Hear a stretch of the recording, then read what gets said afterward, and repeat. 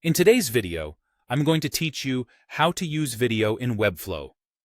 Whether you're looking to share promotional material, an engaging story, or a tutorial, adding video content to your website can significantly enhance user experience.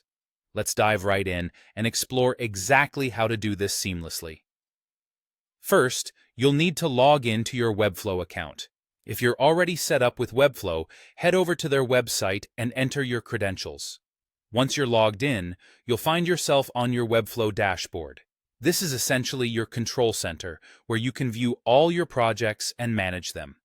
Next, navigate through the projects on your dashboard and select the one you want to edit.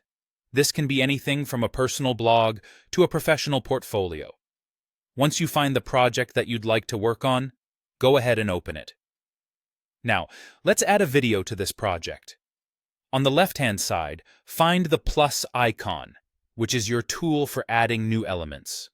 Click on it, and then from the available elements, drag and drop a video element onto your Webflow canvas. Think of the canvas as the digital space where the design of your site comes to life. By placing the video element on it, you're setting up a space where your video will live. To make the process of finding the video element even smoother, use the shortcut Command+E if you're on a Mac, or Control+E if you're using Windows. This will open up the Quick Find feature. This tool allows you to efficiently search for and access elements or settings. Type in video and select the video element once it appears on the list. Now that you have the video element located on your canvas, it's time to paste in your video URL.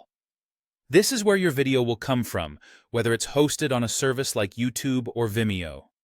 Copy the URL from your video source and simply paste it into the designated area.